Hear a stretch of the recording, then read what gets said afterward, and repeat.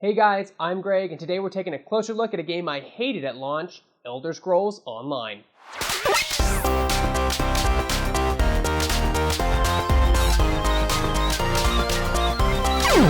So like most MMOs, Elder Scrolls Online at launch was pretty rocky. I absolutely hated it when it launched. I kept saying to myself, you had a template, you had Skyrim. All you had to do was make Skyrim Online. How could you screw this up? Needless to say, I was pretty disappointed and upset. However, with the news of the new Morrowind expansion for Elder Scrolls Online, I decided to give the game another shot.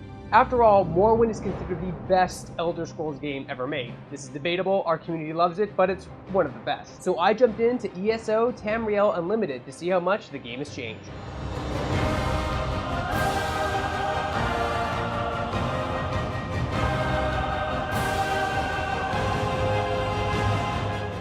Now let's talk about the good and the bad. It's high noon. Now I'll do the bad first because I like my videos to end on a positive note. The bad, not Skyrim Online. If you go into this game expecting Skyrim multiplayer, you're going to be severely disappointed. That's a big mindset you have to get out of your head before you even attempt to play ESO. It's not Skyrim Online, don't expect it to be. 2, it's an MMO. MMOs aren't for everyone. It takes a certain type of person to enjoy an MMO. The game is not free to play.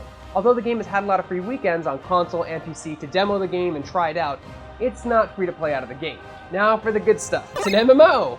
I know that seems a little counterintuitive, but there are people out there who like MMO formulas and enjoy MMO formulas. So if you liked World of Warcraft, if you like Destiny, then Elder Scrolls is going to be the type of game you like. A lot of repetitive tasks, but can be enjoyable with the promise of, leveling up, gear, rewards, talents to spend, all the good stuff that you would find in every MMO. The game is free to play after purchase.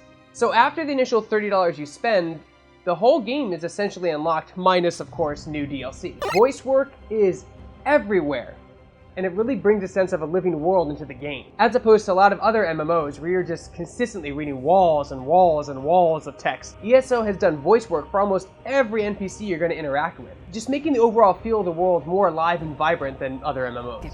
These tunnels will eventually take us to the Towers of Eyes. That's where we'll find the Sentinels. The lack of restrictions. ESO doesn't restrict you to weapons or armor. The more you use a certain weapon or armor set, the better you become with it, unlocking abilities that are unique to each, making for a very deep game.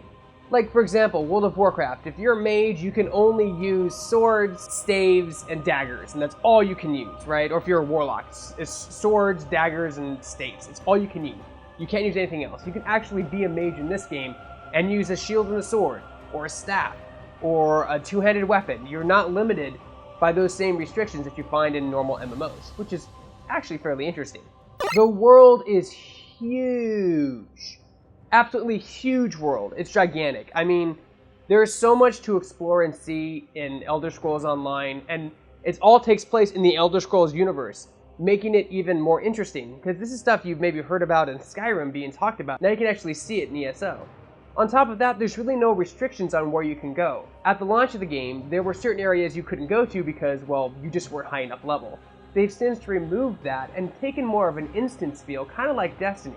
Your level still does matter in a way, but you can explore anything you want at any given time.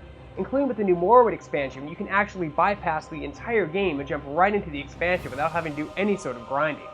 This is what makes it really stand out among other MMOs. Now the final segment. Should you buy it? Play it? That is what I've come to be called. My true name is lost even to me. Years of torment have taken their toll. ESO has come a long way from its terrible launch, and Bethesda has learned how to move forward with this game. If you like open-world games with an MMO feel, you should definitely check it out.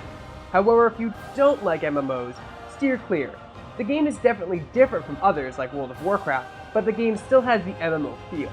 And just be careful, just because you love Skyrim doesn't necessarily mean you'll like Elder Scrolls Online. Well guys, thanks for watching. Let me know if you played the game and liked it, or if you played it and hated it. Let me know in the comments below. For more videos like this and everything else gaming related, you're already in the right place. You're on shacknews.com.